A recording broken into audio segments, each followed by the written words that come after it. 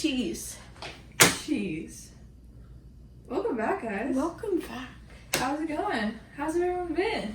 It's been a minute. So, should we explain to them what's happening? What's happening? With the channel? You go. I don't want to do it. So, we're done with the podcast. No more. At least for now. But we still love movies, guys. We do. We love movies. And we're not going to stop talking about them. No. But we realize that no one's going to watch. No one's going to watch an hour podcast of us seriously talking about the movie. Who cares what we have to say? Oh, my cheese, bro. Bro, we haven't even started. I can't even touch this. Why am I touching this? Cheese, bro.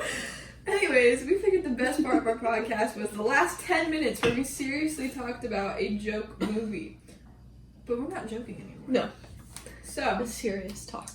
So today, we are going to be talking about one of the most important movies that... Stop touching the cheese! One of the most important... I feel like my cheese is already getting mold on it. I don't even know what we're talking about! Today, we're talking about one of the most impactful movies there has ever been in the history of filmmaking regarding teenagers and coming-of-age movies. We saw it in theaters when we were kids. You saw it in theaters. So you should have. You should have. You didn't. At least you saw it on like Disney Channel or something. Diary of a Wimpy Kid. That's one of the most impactful movies we've ever seen, ever. The trilogy alone. It's a trilogy. You talk about that? Whenever you think of like Diary of a Wimpy Kid and you're like, what's my favorite? Sometimes like you can pick one, but you're like, oh, this other one's so good. Mm-hmm. So like there's moments in each one where it's like, oh my god, mind blowing. Like, what do you think your Project Rules? I would say it's Dog Days though, bro. I don't know what. Oh, you know what? We found about the fourth one. I actually saw it. I didn't. It's so bad. I don't watch remakes. There was no need. There's no need. We had a solid trilogy. I heard that really hurt. And can you talk about how it's based off of a cartoon book? A cartoon book? I had all of the books. You're touching the cheese so much. Cheese touch.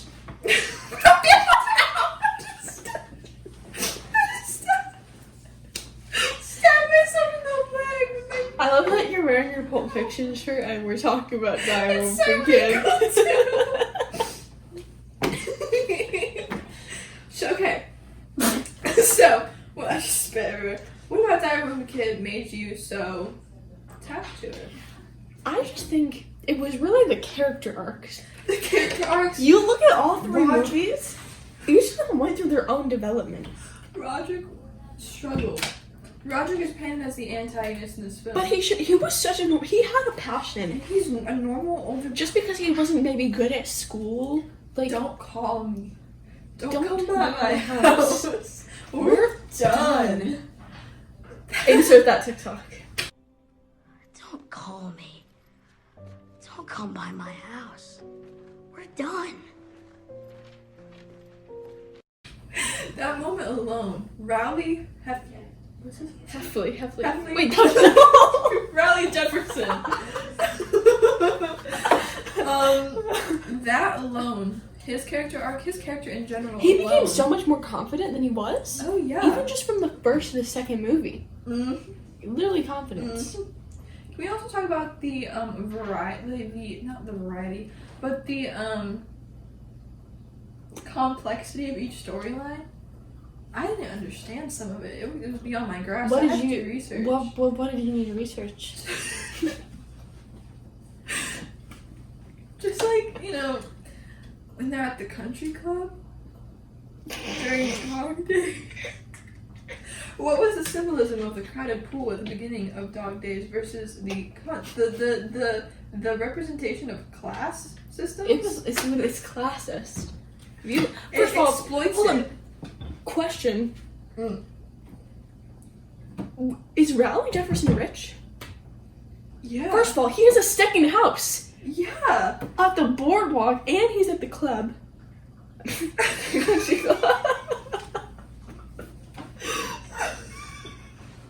And he's allowed to get whatever he wants. But the minute he's humble. Yes. But the minute Greg starts getting what he wants, he changes. It's because he's never experienced that. Exactly. I think that's really it's such an talks important- about greed. Yeah. You're touching that cheese so much. Yeah, me. Can we talk about the cheese touch too?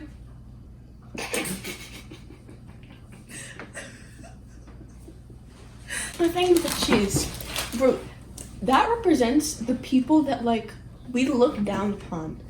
But in the end, when they both eat it, it really just shows that it does not matter.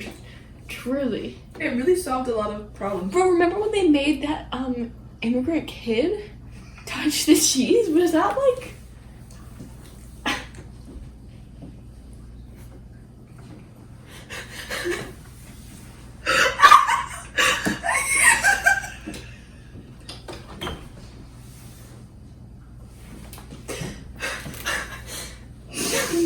But Greg overlooked that, and he was even friends with Chirag.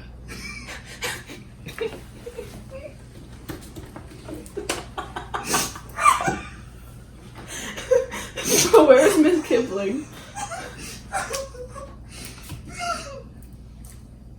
Civil War was also touched upon. But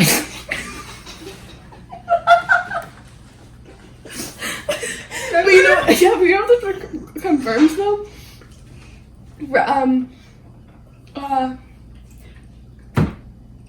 What was the dad's name? Miss. Like Dave. Anyways, the dad. Wait, I'll like look up his name and I'll insert. So Ah. the dad's name was Frank Heffley. He was a Democrat because he was fighting on the blue side. He was with the Union. Mm-hmm. So first of all, this is such a like role play the Civil War and like that happens. volunteer to be on the Confederate side. Like what? But that just shows you like this was so progressive. Like they did not discriminate, but then they touched on issues, but then they overcame them. Also, the father-son relationships this explores, and the mother-son relationships. When she's dancing at Roderick's thing, and Roderick didn't know that the audience was applauding for her. He thought it was for I him, and know. she didn't tell him. That's protective. That is. And then in Dog Days, when the dad and Greg are at the hotel and they're just eating like this. First of all, have y'all seen that pizza clip? Why does the pizza look like that? Like it's like so gross. But besides the point, it's just so beautiful, you know? The connections that this film made. It's so realistic too. Comparing this to movies like mid-90s. Another coming of age, Lady Bird. It's another one. I can't even think of any. What's another coming of age movie? I don't know. All I know is that I was a kid. As everyone should, because that is the only trilogy coming of age movie if you think about it. Mm-hmm. It defeats The Hunger Games. The Maze Runner. Maze Runner. Divergent. Dare I say the Harry Potter series.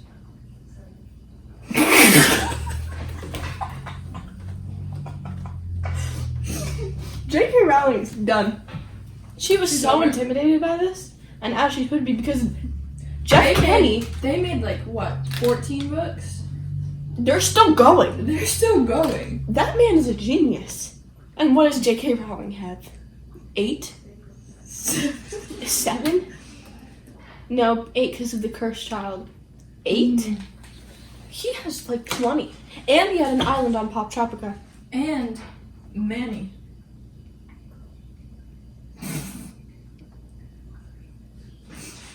He's a symbol now. There's Is a Harry whole Potter a scene- symbol? Not really. Not really. Harry Potter is a symbol for friendship. That's it. Manny is a symbol for the revolution. If you think about it, yeah, this really does touch on way more. It really impacted everything. Why is your cheese so greasy compared to mine? Like, why is it so... So it has a teach touch. Guys! But we should split it and then eat it. Because that is what friendship is about. The thing with Harry Potter is They touched on friendship, yeah. But they didn't touch on friendship like this. Oh, I smell Swiss cheese. Do we? I hate Swiss cheese. It smells like puke. Swiss cheese. Gag.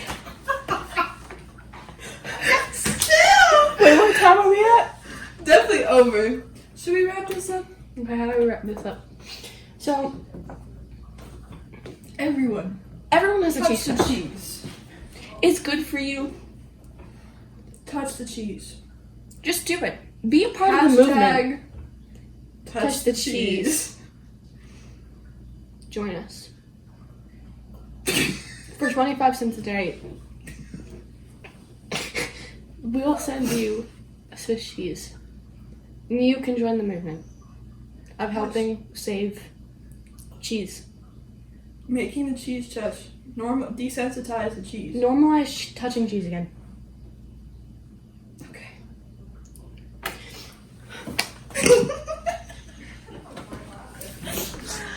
Let's make an outro. Hey guys, thanks for watching the video. We post when we post. Subscribe. Do it. Give us suggestions. We won't listen though. We're gonna do what we want. Do it right now. Just do it. What are you afraid of? Turn on post notifications. Or don't. I really don't care. Follow us on Instagram, SoundCloud, YouTube. This is not for you. This is for us to Feel like we're famous. famous. Okay guys. Catch you on the flippity flip. Peace out.